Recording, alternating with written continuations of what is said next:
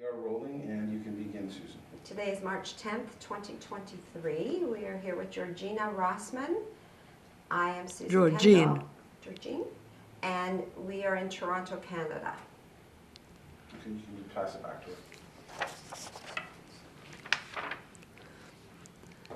So, Well, my name is Georgine Rosman. My maiden name is Isman, I-S-M-A-N-N.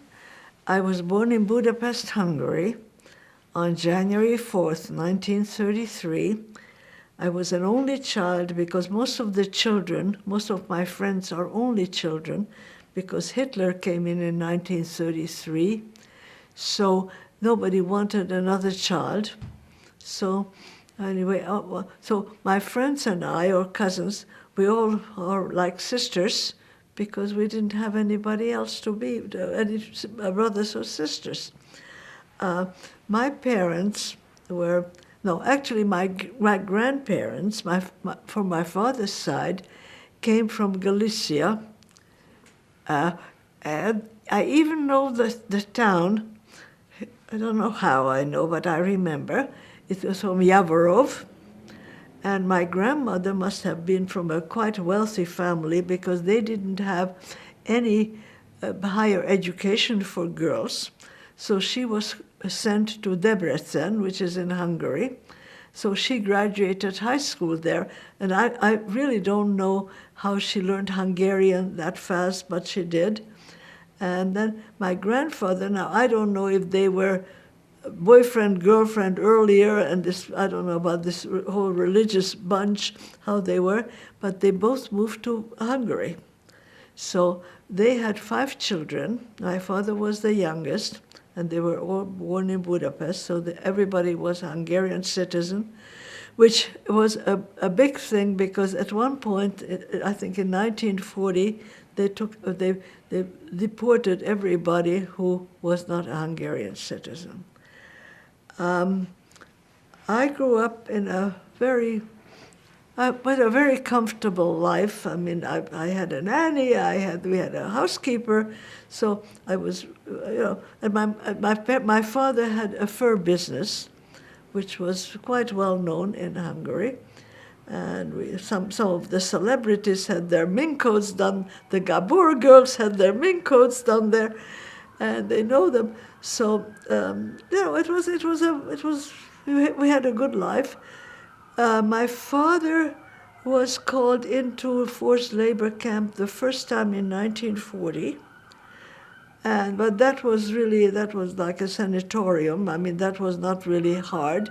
It was in Hungary, and there were some Jewish families there. I can't remember the name of the town. And so that was fine. And then he came back. And in 1942, I know it's July the 29th because it was my mother's birthday, that he got called in for forced labor camp. And he ended up in Russia. And it was, he ended up in this terrible bunch, I mean, quite prominent people and athletes, and he was not an athlete by any means. And luckily, for some reason, I don't know how he survived. We had these big enamel boxes full of papers that my father sent with guys who were supervising him, to give them $100 or forints or whatever it is, and then at least we knew that he was alive. So this is how we knew. So there was a lot of money was paid to those guys, and my father had typhus, and he was down to 36 kilos, which I mean the guy went in weighing 100 or something. Anyway, somehow or another he came back, and he got back in February of 1944, and he ended up in a camp in Mohács, which was in Hungary, and my mother and I went down, and most of the wives went down, and children went down, and I was like, what was I? I was 10 years old, 11 years old, 11. And they let me in the camp because I was a little girl, so I was taking all kinds of stuff in there. Anyway, in March, when he came home. Do you remember what the camp looked like or anything? Well, it was all men, and they were all happy to be home, and they were all kind of thin, and they basically it was like a quarantine. I mean, it wasn't a punishing camp. It was something that they wanted them to be healthy or not contagious by the time they got back home. So it was quarantined. It was not a camp. But they were enclosed and they let us in. I mean, they let me in because I was a kid. They let me in any time. And I remember everybody was taking sweets to them, and they said, "Can we have some herring or something like that?" Because anyway, he came home, and the Germans marched in March 19th, 1944, in Hungary. Do you recall what life was like before that for you? Did you go to school? I went to school. Actually, I was in school. It was on a Sunday. And I went to a Jewish gymnasium, high school, and our original building was doing something else, and we went to the elementary school building, and the boys and the girls were separately. So if we went in the afternoon, we couldn't go on Friday afternoon, so we went Sunday. And this particular day was a Sunday. And this voice teacher, her name was Siraki, I mean, I remember that, and he said we should go home. He didn't tell us why. We were in 5th grade. We should go home. We shouldn't wear our caps, which had ILG, this Israeli girls' gymnasium, and we shouldn't go in groups, and we should go home. So we were very happy to go home. And I got home, and my mother said, "Oh, you're home. Oh, that's good. We can go down to the Corso," which was where everybody went with the Danube part, and there were their cafes, and that's where they went Sunday. And then my uncle came, and he told us what happens, that the Germans were in, so we didn't go anywhere. So, and then I don't think we had school after that. Maybe if we had a little bit, but I don't remember that we had school. But we were 11-year-old kids. And what did you do to keep busy? I don't remember. I mean, I'm sure we kept busy. I don't remember what. And then eventually we had to put on the Star of David, the yellow star, which I really didn't like very much. And then we had to get some. We were our house. It was an apartment house. We had a big apartment, and so we had to take in some people. It was considered a Jewish house, so we got in 2 couples who were friends. So it was actually, I must say, it was quite jolly, because one of the women was a singer. And her mother was a famous singer, and she brought us food. So it wasn't. We didn't feel it was. I thought as a kid that it was real. It was great fun. Well, anyway, until they came and they started looking for people, and who came? Do you remember? Well, it's the German or the Gestapo places, but they didn't take anybody out. In the meantime, they had. I remember that they said at one point in the morning that men should come down or women should go down, and they took them away. We didn't let my father go anywhere, because we thought that, we never let my father go anywhere. My family was not in a ghetto or concentration camp or anything, thank God. But it was, and then eventually the Wehrmacht, which was the German, who the Wehrmacht was, they put up like a factory.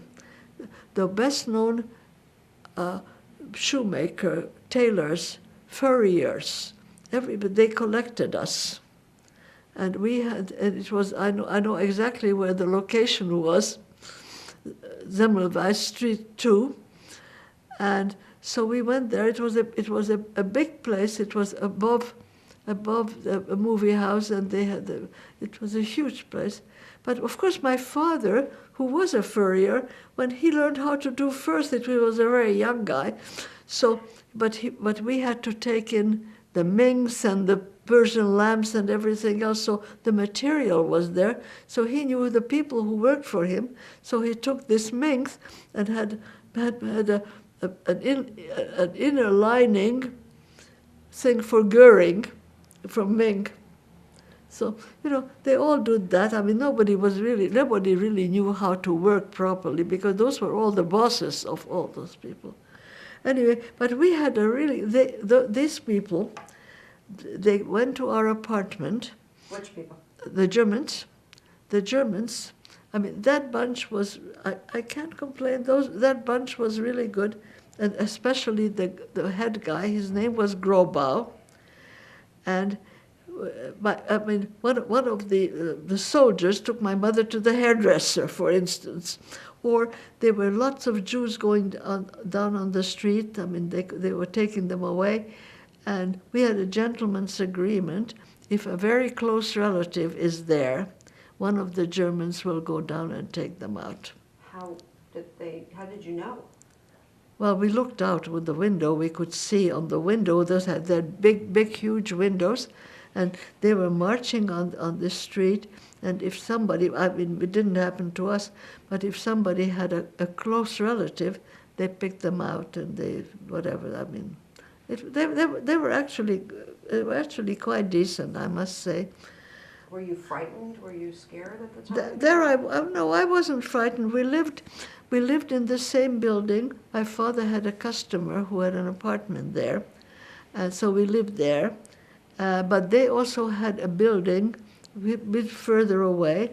That's where they put up everybody with German supervision. The people were taking care of them, all of those people. And you had food and I think so. Yeah, we weren't hungry or anything. It was, I was 11 years old. I mean, there were other kids, and I could play with them, and we weren't frightened, except one day this Grobau, Captain Grobau, came and said that he got instructions from Germany that one part there was two sections.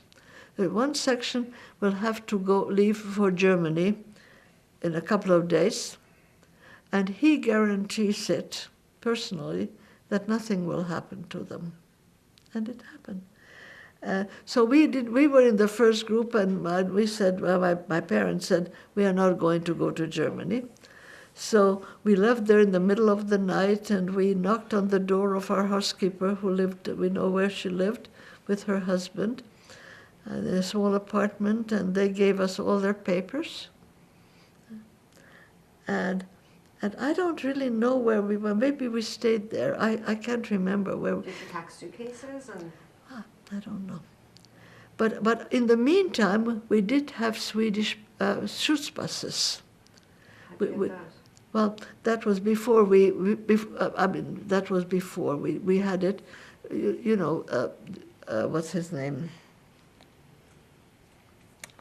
I think of he is the one, the Swedish guy. I'm going to think of his name. I know it as well as mine.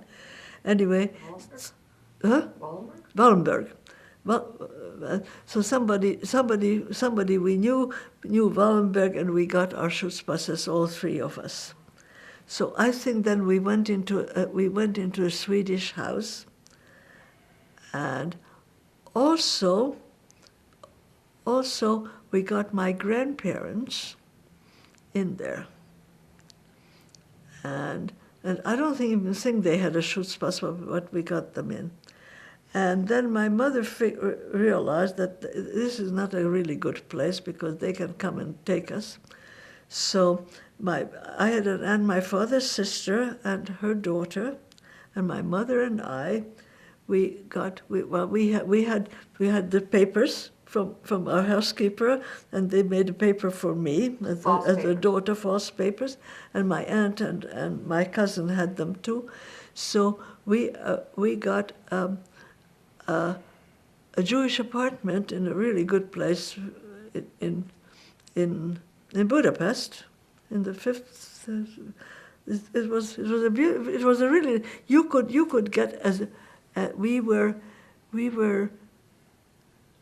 coming from, we didn't have a place to stay. We were coming from Shoah, and my aunt and my cousin were coming from somewhere, so we could get Jewish apartments because we didn't have a place to stay, and we were Christians. Oh no, you had it officially. You got it. You went into somewhere, and they gave you this apartment key, and that's where we went, and it was a really nice building. But unknown to us, the superintendent was hiding 18 Jews, but we didn't know. I mean, we had no idea. But I'm going back for a minute. On October the 15th, Horthy, Horthy was the head of Hungary. He wanted to make a pact with the Romanians or somebody, and then the Hungarian Arrow Cross took over. And they were worse than the Germans, much worse. So that was October 15th.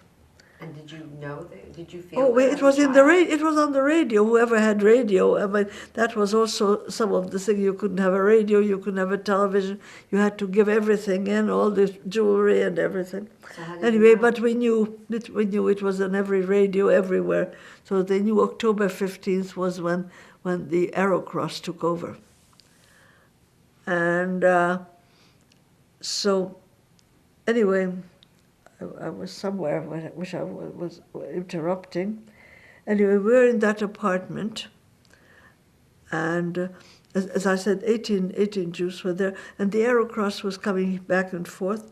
On the other hand, so my mother never let me go. I mean, my mother was so afraid anything happened. So if we were walking, I mean, no yellow star or anything, but we were trying. Did you have a fake name? You knew your name? Oh yeah.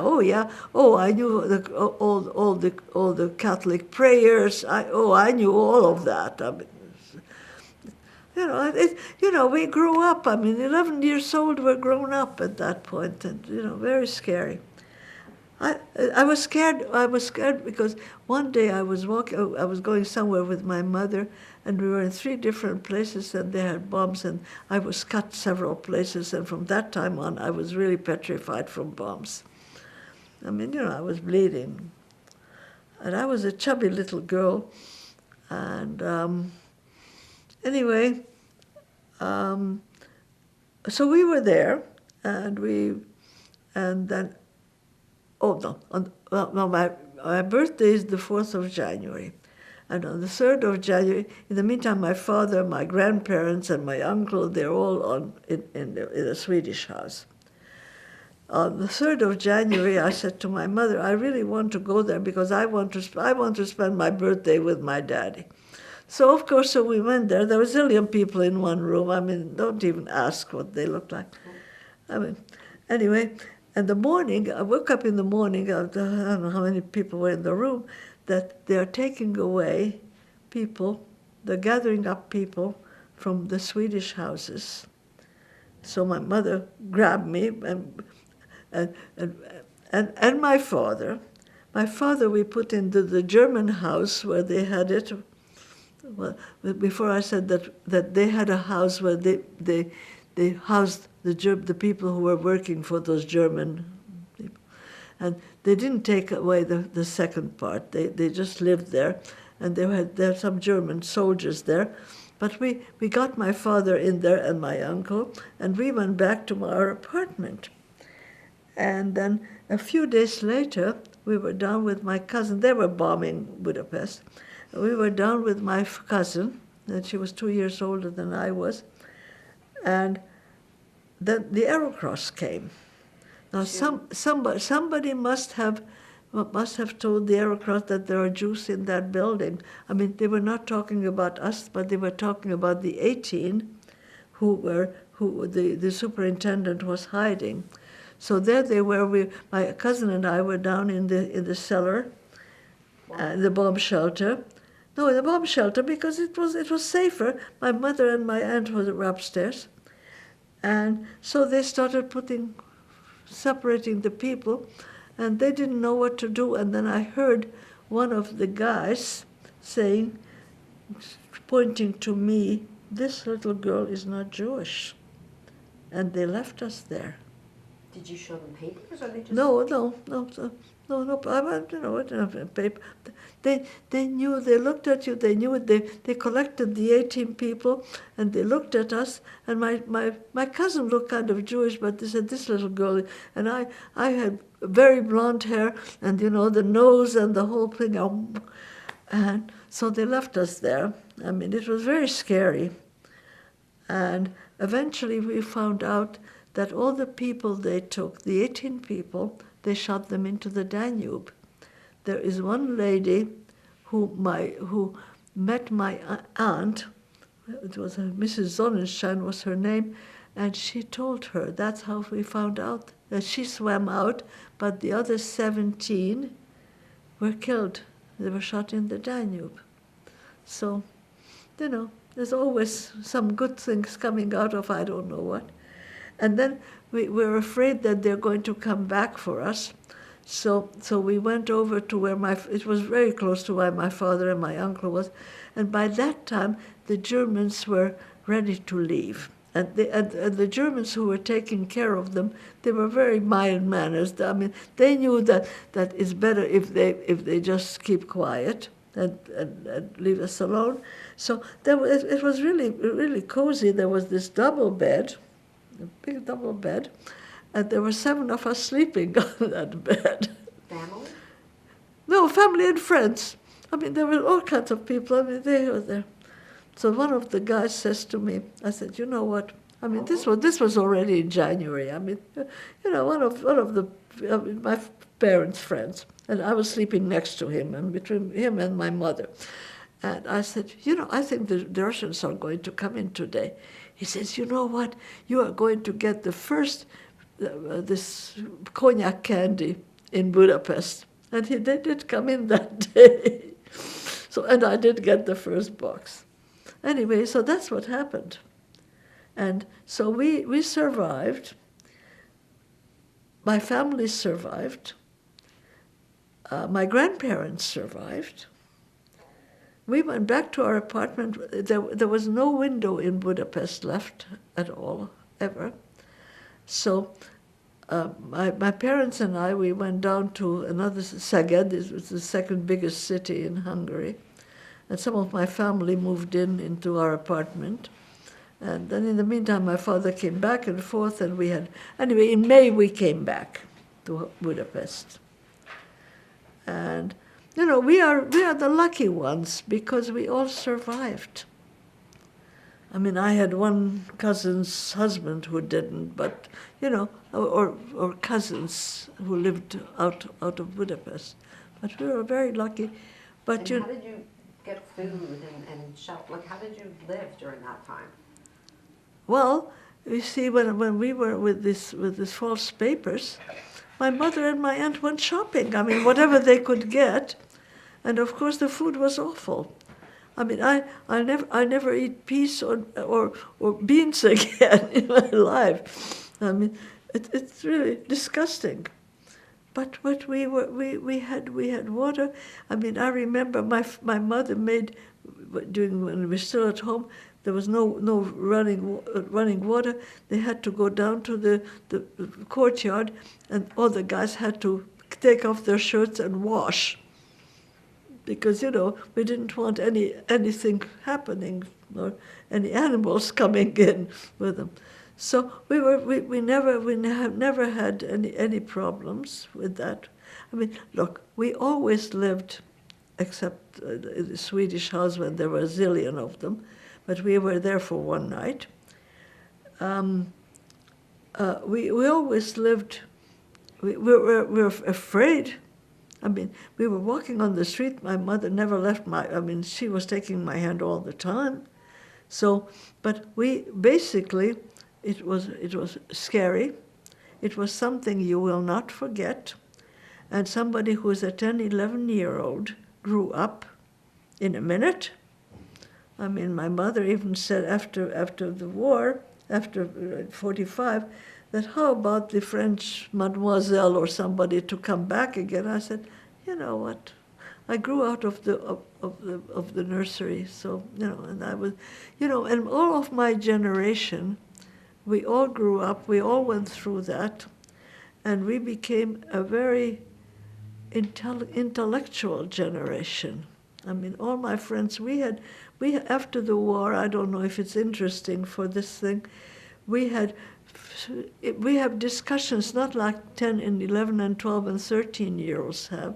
We have discussions about the existence of God, about literature, because we are all reading a lot, because there was nothing else to do. So we grew up in no time. And then we were and the 3 years that I spent of 45 to 49 that I spent in Hungary, that was a wonderful time because I was a teenager and I had good friends and we had a good life, and then the communists come. What was that? So then. And I don't think you want to know that story, how we left. I don't think you... Are you interested? We want to go right through. Are you interested? It's an interesting story. One day, I mean, I was having a holiday down at the Balatona Lake, and we had a hell of a good time. I had a boyfriend, I was 16. And... There was no anti-Semitism or anything going on at that time? No, we didn't hear any of that. I mean, we hear a lot of it now, we were so happy to be alive and be well, and we went swimming, and we went to excursions. Most of our boyfriends were Boy Scouts, so we went to excursions with them. So really, and it's amazing that the friends I made during those 3 or 4 years, who are still alive, they are still my friends. Those are my closest friends to this day. I mean, who is still alive? Lots of them died. Anyway. Did you go to school? I went back to school. Yes, I went back to school, but of course we left when I was in 6th grade of gymnasium, which is 10th grade or something, and then I have to tell you how we got to Vienna. Because one day my father gets this call from the police, a friend of his who was working in the police. He says, "You're on a list, and they're going to come and get you." The communists? Yeah. So there was all kinds of things happening. There was lorries, Russian lorries, who were smuggling people out from Hungary going to Budapest. People made a lot of money of them.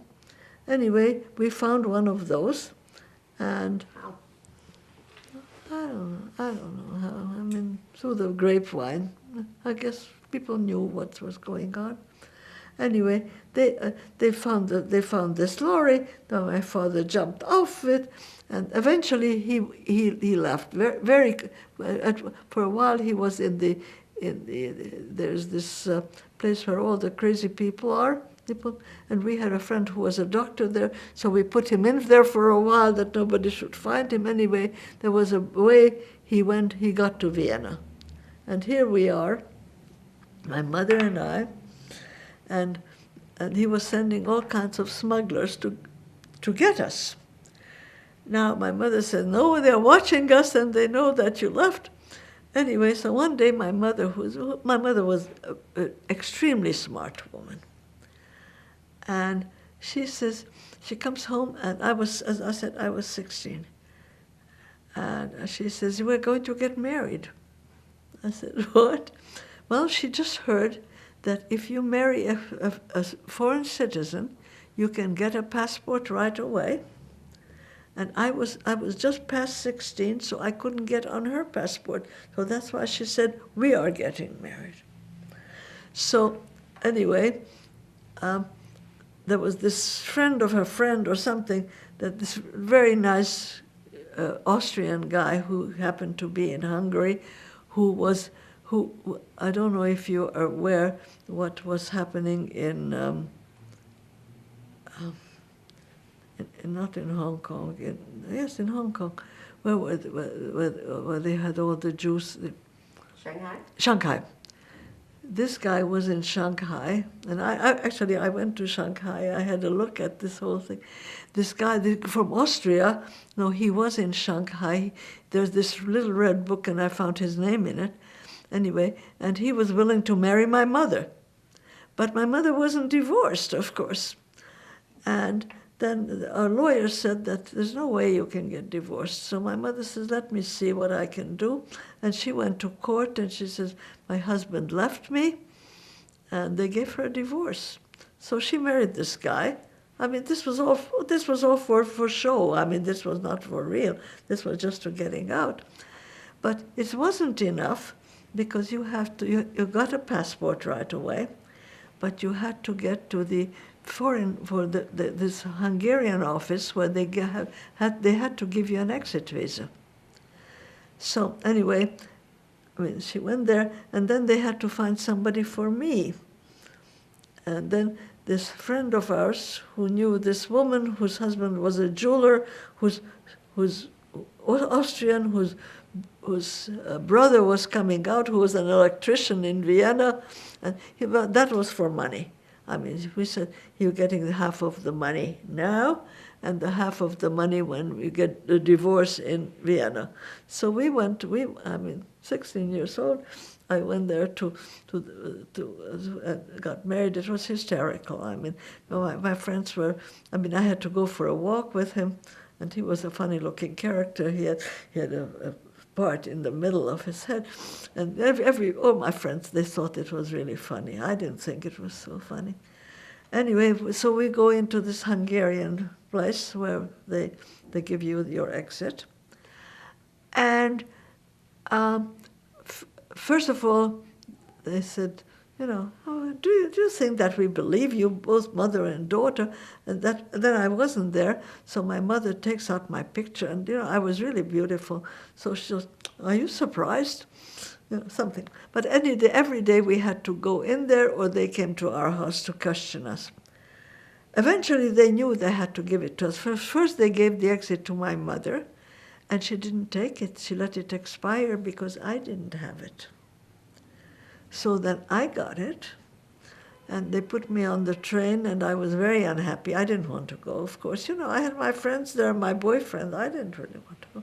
Anyway, I was really upset, and so I was on the train with a whole bunch of things, suitcases, including a suitcase that a friend's sister brought me because he left already and he didn't have anything. So I had this whole other suitcase, all men's thing, and I was lucky they didn't open it.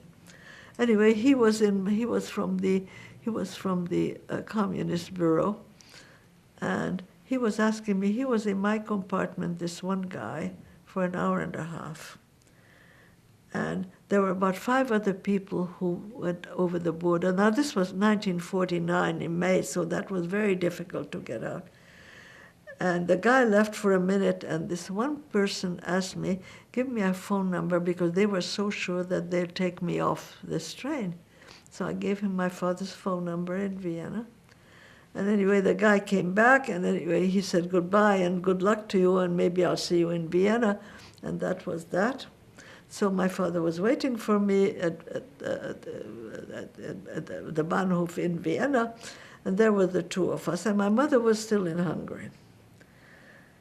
And so every day, Vienna was fun, because every day some other people came, or there were the people we knew, and nobody had money, or it was like a bohemian bunch.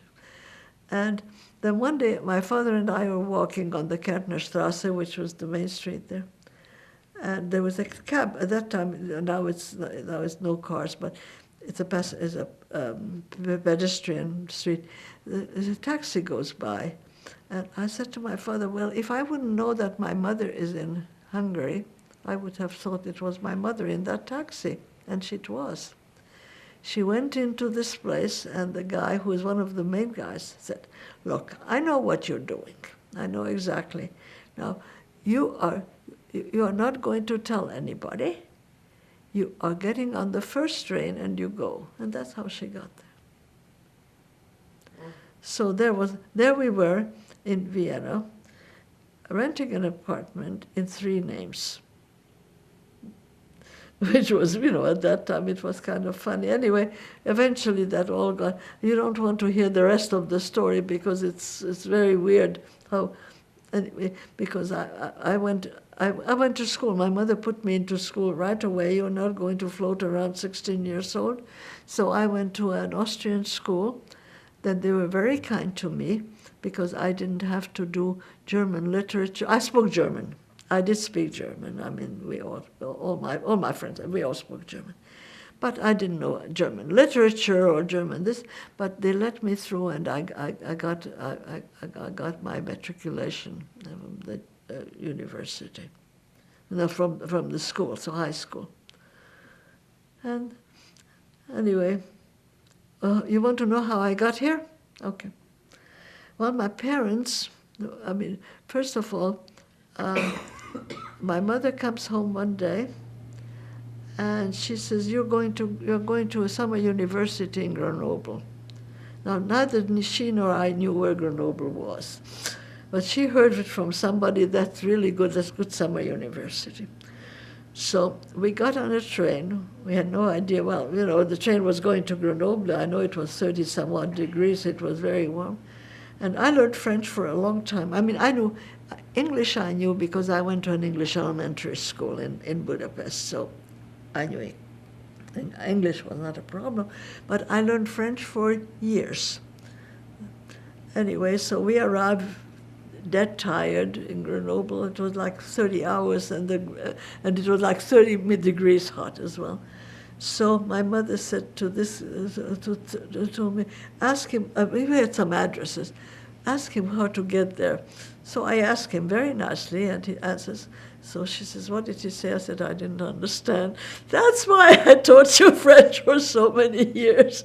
Anyway, so eventually we did, and I did go I found this wonderful place where I was, a family place, and I went to university, and also it was really fun. I didn't learn much, but I had a lot of English and American friends. My roommate was an English girl.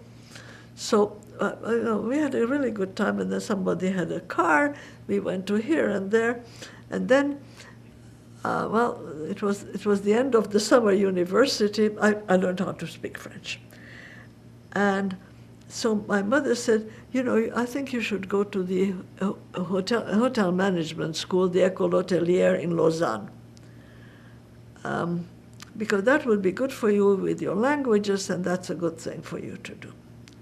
In the meantime, my I forgot to tell you that while we were in Vienna, we wanted to come to Canada. Why? We wanted to go. Well, we had to go somewhere. We wanted to go to the States, but the States had a quota, so we couldn't go. Both of my parents had siblings in the States, but we couldn't. So Canada was a doable thing. And I'm going back. So we went to Salzburg because the Canadian consulate was there. And unknown to us, my father had a spot on his lung, and they wouldn't let us in to Canada because he wasn't sick, but he had probably from the typhus and everything else, he had this spot on his lung. So my father, who was in the fur business originally, and his major suppliers were in Leipzig, Germany.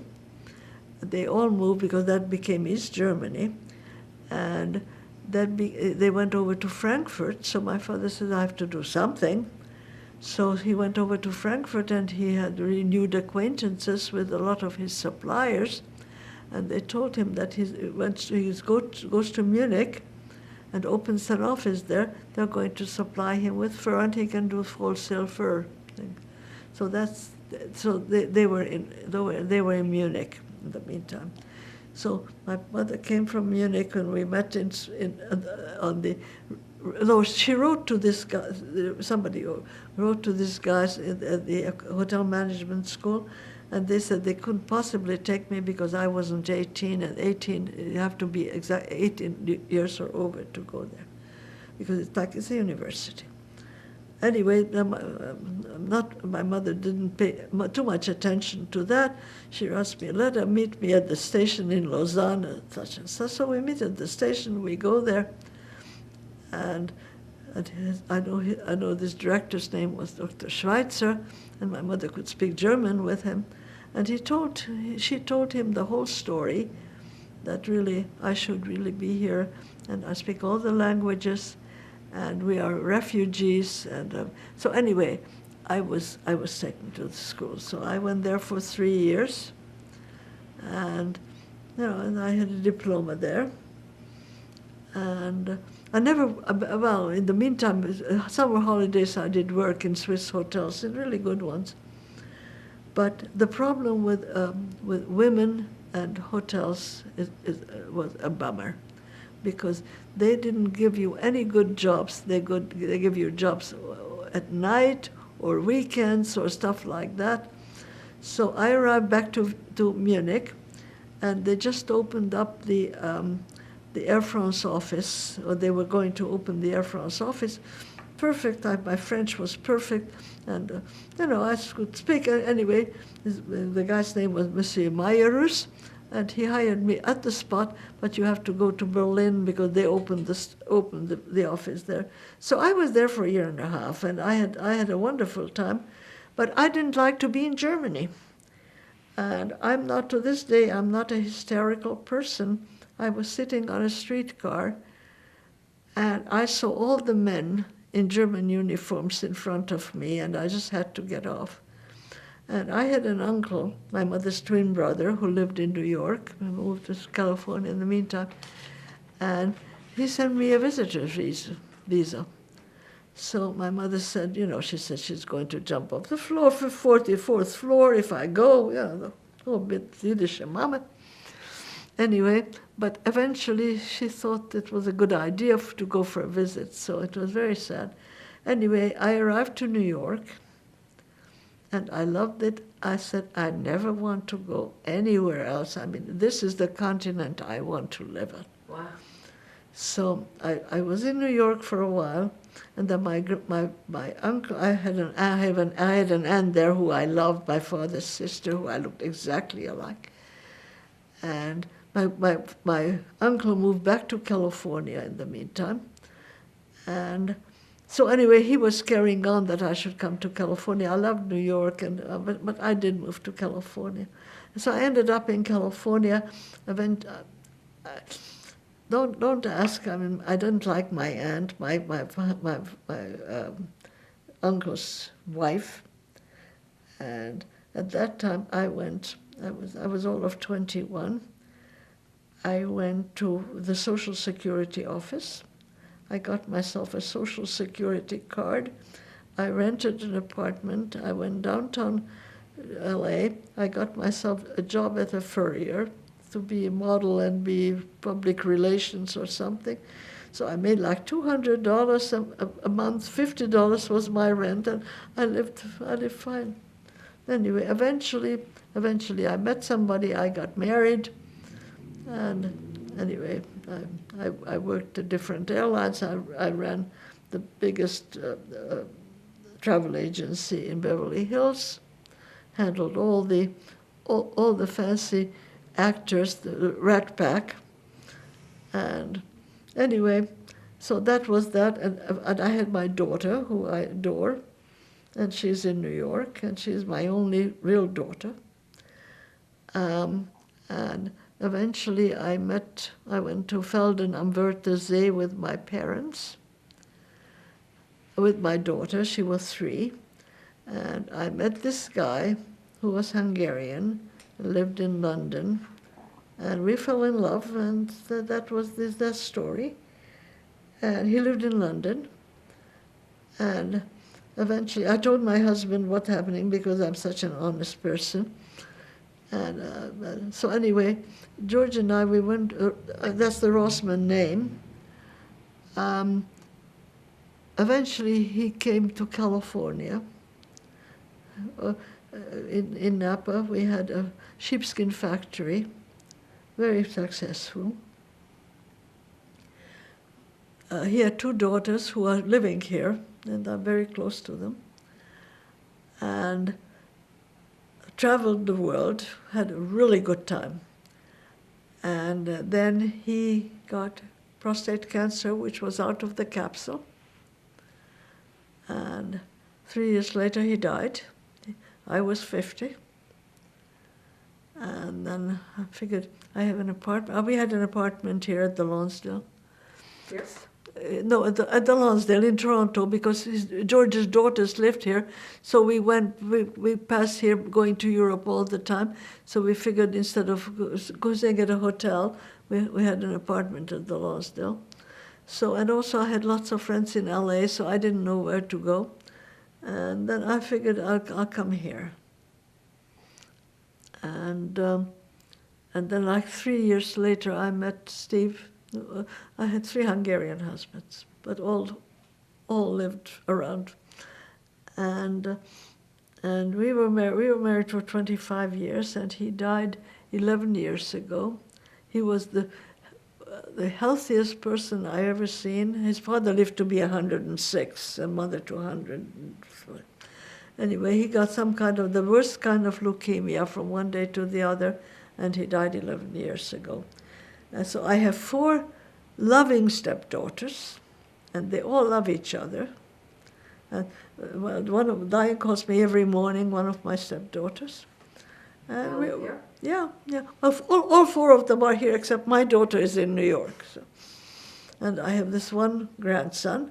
And the reason I'm doing this is for my grandson to know, he didn't know my parents. Maybe he knew something about my background, but, he didn't know a hell of a lot, or he doesn't know a hell of a lot. And I figured if one day, he's 24, if one day he gets married and he has a family, he should see what grandmother was like. And basically, that's why I'm doing this. And throughout everything, did you practice any traditional Judaism? I am a very good Jew. I am not religious. When Steve was alive, we did go to Beth Tzedek because he and his family went to Beth Tzedek. I know everything because I had very religious grandparents, and as you can see, I have really good memory. So I understand. It was Purim now, and I was telling somebody that my grandfather read the Megillah every year. And that was a real big thing. So I remember everything. At one point, George, my second husband, he said, well, he didn't really want to be Jewish because he lost his parents during the Holocaust, and he didn't really want his daughters to be Jewish. Eventually, they both married Jewish people here. And the first Passover, when my parents were here, it was at one of the daughter's husband's parents. He says to me when he didn't want to be Jewish, he says, I remember that at Seder, the youngest person reads something, and I said, yeah, that's the Manishtana. And he says, do you think it would be right, he had the first grandson, if I would put Daniel on my knees and I would say it? He says, no, I think that would be really cool. So he says, I don't think I can, but he was bar mitzvah, but I think I could read it. I said, I can write it down phonetically, and I did. I know it to this day. In my family, everybody had to say the Manishtano, and it said, Manishtano, warum, German, warum ist verendet, halaylo hazeh diese Nacht. And everybody had to do the translation. So And during the war years, was there any traditions kept? Well, yes, until the Germans came in March 19th, yes. Because my grandparents were alive. Everybody was in their own apartment. My father was away, which was really, that was the worst thing, because at times we didn't know. And there are not too many people who came back from those forced labor camps. And my father, I mean, he went to this with a bunch of people who were athletes, who were really fit, and he wasn't. I mean, he was a good swimmer, he was a good dancer, but he wasn't fit. And he came back. I mean, that was a miracle. It was an absolute miracle. And I have so many friends who lost their fathers. I mean, we went back to school, and you know, it was really tragic because there were so many of the girls who lost either mother or father or both. So, and still I have here like 3 or 3, I mean, not too many alive, but a lot of them lost their fathers. So I'm a lucky person, and I'm a lucky person to be here and be healthy and drive my car and play bridge and have my iPad. So I'm very lucky. And do you have any other memories that you want to share? Maybe when your father came back or anything? When my father came back, that was a big thing. But no, you know, I mean, I have childhood memories, but that has nothing to do with it. I mean, I had a really good childhood. I mean, I was privileged childhood. And as I said, my mother sent me to this English school, and the whole family said that she's completely miserable. Because why? Because it was a long walk, and somebody had to walk me and pick me up. But she said she should learn another language. So I learned English. And that was my mother was very ambitious. She was very smart. And I think she was ruling the family. And basically, my father died in Munich in 1986. And so my mother lived in Munich, and she had friends and everything. But she came every year. She went to Palm Springs with some nice Hungarian Jewish ladies from New York and from LA. And they had a really, really good time. And, I went down there to visit, and they had parties, and they were playing cards. There was bridge, there was rummy, there was old lady Gabor was around there too. And then she went back to Munich, and then I get this call that my mother is in intensive care.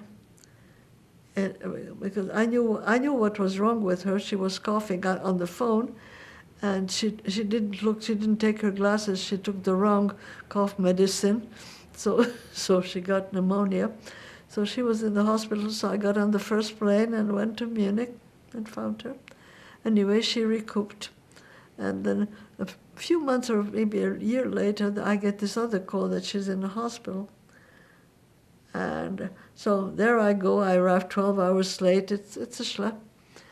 And so I go in the next morning, and there she's sitting, the queen, and she says, can you wheel me down to the hairdresser? I can't live with hair like that. So then I made up my mind that this is no life for me. So I came back here, and my sister-in-law, Georgine has a sister, lived on Avenue and Russell Hill in this apartment building. And there was the superintendent there who I knew. And at that time, $100 was a lot of money, so I gave whatever her name was $100. I said, I need an apartment, a 2-bedroom apartment with 2 bathrooms. Oh, she says, you won't believe it, but I just have it. Okay. So I rented the apartment. I had all kinds of furniture in Napa because when I moved, I put it in storage so I could furnish an apartment. So I called my mother. I said, you know what, I rented an apartment for you. It's 5 minutes walk from me, and it's 2 minutes by car. And then she started saying, I'm not going anywhere. I have my life here over. I said, okay. So I put down the phone, and about 3 or 4 hours later, the phone rings, and she said, you know, I thought about it, and I think you're right. So she kept her Munich apartment, and she was here, which was really good, because eventually, I mean, she did this, and she made friends, and she was playing cards, she was partying, but then she got sick here, and she was here close to me, and she's buried here at Beszterek. And then I had to clean this apartment, and I had to clean the Munich apartment, which was, but that was very amazing, because in Munich we used to correspond by tape, with my parents from California, tape recordings, and they kept all the tapes. And I took Monica with me. And we were sitting all night long, listening to our lives, because we told them what was happening every day or every week or something, and she spoke, at that time she spoke perfect Hungarian, because my mother taught her. She didn't live here, but she says, you know, you better learn Hungarian, because friends and aunts and uncles are going to come, and they're going to speak Hungarian, and you're going to hate them so much. So she has a God-given talent for languages. So she could write them. Anyway, so she always spoke Hungarian to them. So we were, for 3 nights, we were on the floor till 3 o'clock in the morning at least, and we were listening to our lives. So anyway, that's my life. Wow. And you have some pictures you want to share? I don't really have, I have pictures of my daughter. I don't have, this is my picture of my parents. And this was at a wedding here. That was George Rosman's younger daughter wedding here in Toronto at Beszterek. Well, what do you want? Higher? That's my father. And he was born in 1904 in Budapest, the youngest of 5 children. And basically all the siblings, they said they were alive after the war. One of my aunts was in New York, but all the rest of them were alive. Of course, nobody's alive. I was the youngest grandchild. So that is my darling father. Everybody loved him. Doesn't he have a sweet face? So everybody loved him. Anyway, that's my daddy. And that's my glamorous mom, who was really, she every time I went somewhere, she says, and what are you going to wear? That was one of the most important things. I said, what do you care? I'm just going for coffee. But it was important. Sometimes I wear jeans and I look like a bum. And I said, my mother wouldn't like it. But she was brilliant. But she was 86, 85, 84. I think that was like a year before she died or something. But she was really, sometimes she wasn't very pleasant. We all had our problems with her, but she was brilliant. Anyway, that was my mom. And I still think about her. What would my mom say? Or I should ask my mom. I don't have any pictures of my grandparents. They are somewhere. I think they're at my daughter's. Because when I entered up my parents' apartment in Munich, I gave her the family pictures. So my grandfather, if it's interesting, he was a very religious person. And as I said, but people came from, all those rabbis came from everywhere, and they stayed with them. So they must have been really religious if they stayed with them. So, but they were, mostly my grandmother, who was very smart. If we walked in, for instance, my mother's sister couldn't go into my grandparents' apartment with a short sleeve anything. But I walked in one day, I think I was maybe 15, with practically naked in a sundress. And my grandfather said to my grandmother, "Come, look how beautiful she is." I mean, family was okay. It was very strange things. But I learned a lot, and I carried this whole Jewish thing in my mind. And I'm not religious, but I'm a very good Jew. So you still believe in God? I'm not sure. I am not sure. I'm agnostic mostly. I believe that once we're gone, and that's it. Goodbye, Charlie. The most thing is that if people remember you, I think nobody really dies until people remember you. I mean, that's my theory. So my parents are still alive because I'm still talking about them. So, not religious, not religious. And what do you think about the anti-Semitism that's happening now? That is terrible. That is absolutely terrible, and I hate what's happening in Israel. I really hate it, and everybody I talk to hate it. And I'm not a left-winger. I voted a lot of times for conservatives or Republicans in my life, not Trump or any of that. But I think what Netanyahu is doing is a terrible shame, and that can ruin Israel in the eyes of the whole world. And it's really extremely upsetting. Extremely upsetting. So, and the anti-Semitism, it's terrible. And it's mostly people like Trump, Orban, and all those right-wingers in the world and in Europe who are really initiating. They let it go. I mean, they don't stand on their feet and say that. I mean, all those signs in Los Angeles, did you see that sign over the bridge? I mean, yeah, and on Pico Boulevard when they killed those two guys, I mean, I lived in Los Angeles for a number of years, and Pico Boulevard is a wonderful Jewish community there. I mean, there's one little shul after the other, and the butcher shops and everything else, and they're really religious. And a little bit over there is this beautiful community called Beverly Wood, where all the Jewish, the modern Orthodox live there, and they have beautiful homes. And can you imagine them going out on the street? I mean, they shop on Pico Boulevard.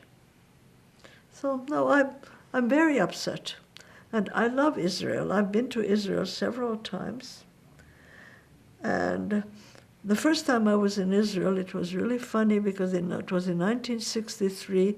I missed my grandmother with 1 year. She died in 62. But I had lots of family still there. And I was thinking to myself, oh my God, I really should know some Ivrit. I went to a Jewish school, but I know some words, but I don't. And then I realized that I didn't need my English. I needed my Hungarian, because everybody at the Dan Hotel was Hungarian, including the chambermaids. Every cab driver, every hairdresser, and every restaurant, they're all Hungarians. And then the next time I went, then it was Arab, because that's when they kicked out the Arabs from the Arab countries, the Jews from the Arab countries. And then it was the Russians. Then the Russians came.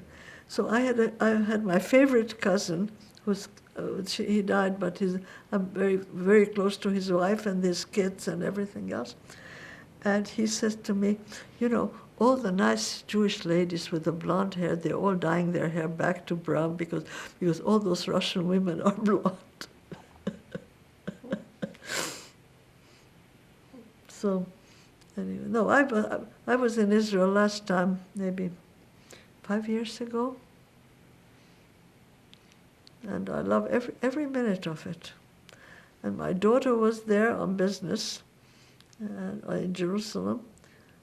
They had this big meeting, and she was in, and then she went to Tel Aviv where my family lives, and they all love each other. Anyway, that's my story. Anything else you want me to, or was it an okay interview? Yeah, if you have any memories or anything you want to share, otherwise. I don't think I have any more. I mean, it's I don't have any desire of going to Hungary. I really don't like them. I mean, I liked my friends, but the people there, they were worse than the Germans during Hitler, and they were worse than the Russians. So, and now they have Orban. I mean, they always sit on the wrong side of the horse. And I've been back several times. I mean, but not for a long time. And that it wasn't when I was back there. There was no anti-Semitism, or I didn't hear any. But Budapest. Have you been to Budapest? It's a beautiful city. It's a lovely city. And I went there because I said, I know the language, I can go to the theater, I even know my way around. Mm. But the first time I went, it was really funny because I knew the street names, the old street names. Now the cab drivers didn't know the old ones, they knew the old ones, so I told them where to go, but I knew exactly, I remembered. Mm. And I could go to the theater, we still had some friends alive, but nobody's there anymore. And I didn't meet Orban. I met him, he was here. And there was this big lunch I think it was at the Royal York, if I'm not mistaken. But then he was different. You know, he was on George Soros put him through school. It was a Soros scholarship that Orban went to school on. And I know George Soros. I mean, I knew him when he was a young guy. He was in the same class with my boyfriend. Now he's old. He was born in 1930. He was anyway. Okay, guys. Great. Thank you. So what is the procedure, Adam?